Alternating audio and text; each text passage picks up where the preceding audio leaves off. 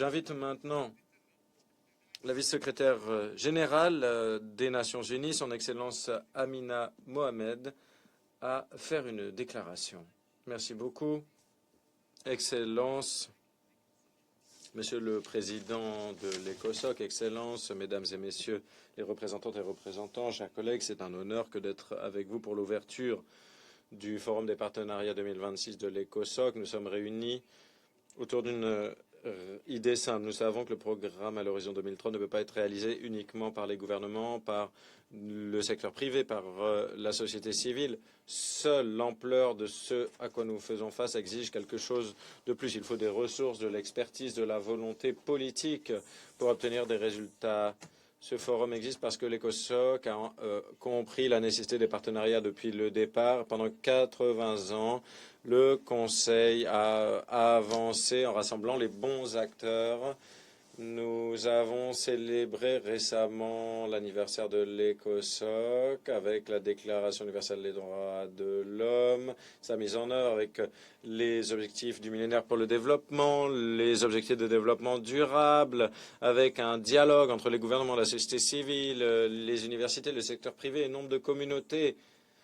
Près de 6500 ONG sont accréditées auprès de l'ECOSOC aujourd'hui. Cela représente des décennies de travail pour faire en sorte que des voix diversifiées informent les décisions qui nous concernent toutes et tous. Excellences, nous allons faire face à une dure épreuve au cours des 5 prochaines années alors que nous essayons de réaliser le programme à l'horizon 2030. Nous l'avons dit à de très nombreuses reprises, les progrès sur le front de ce programme ne sont pas en bonne voie. Et j'aimerais vous rappeler certains éléments importants. 2,2 milliards de personnes manquent d'eau potable. La réduction de la pauvreté est dans l'impasse. La pauvreté extrême aujourd'hui est proche des niveaux de 2015. La faim à l'échelle mondiale dépasse le niveau de 2015.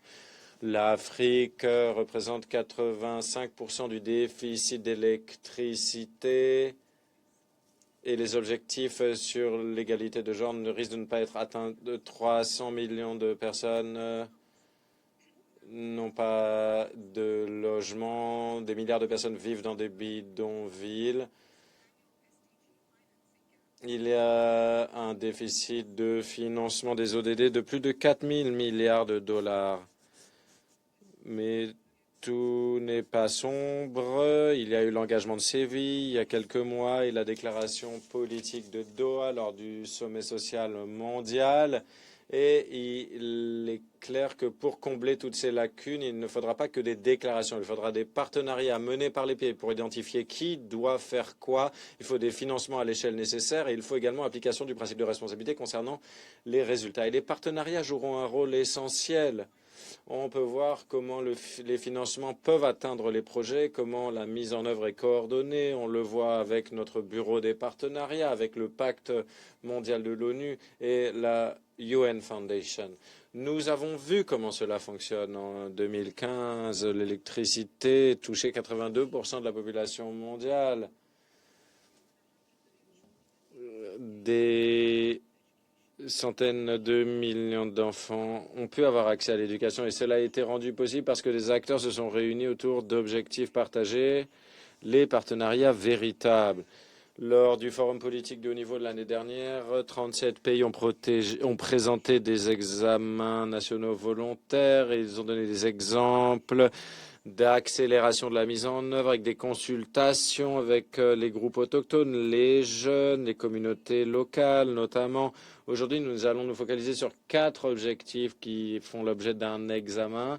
Les partenariats, l'eau propre et l'assainissement, l'énergie abordable, industrie et innovation et les villes durables.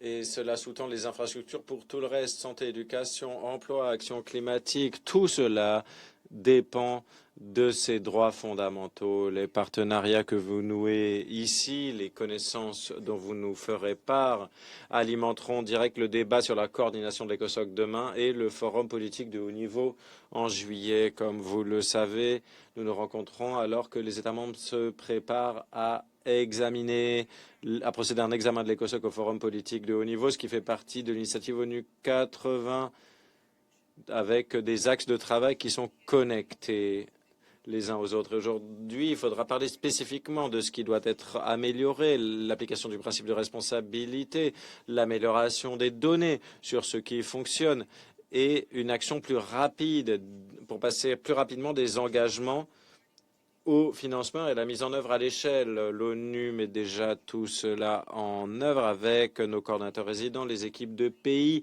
qui utilisent leur pouvoir rassembleur pour mettre en adéquation les secteurs, les acteurs et les ressources pour agir autour de priorités partagées, pour tirer parti des capacités des partenariats et pour fournir des appuis coordonnés entre plusieurs secteurs. Mesdames et messieurs, Excellences, l'ECOSOC a prouvé pendant 80 ans que les partenariats permettent de mobiliser des capacités, d'engranger des dynamiques et d'obtenir des résultats. Les pays et les communautés savent ce dont ils ont besoin. Nous devons soutenir ces connaissances et nous devons leur donner davantage d'écho. Il nous reste 5 ans avant la date butoir du programme à l'horizon 2030 et il est temps de faire véritablement bouger les choses si nous voulons dépasser nos contraintes et véritablement agir. J'attends avec intérêt de voir se matérialiser des actions concrètes.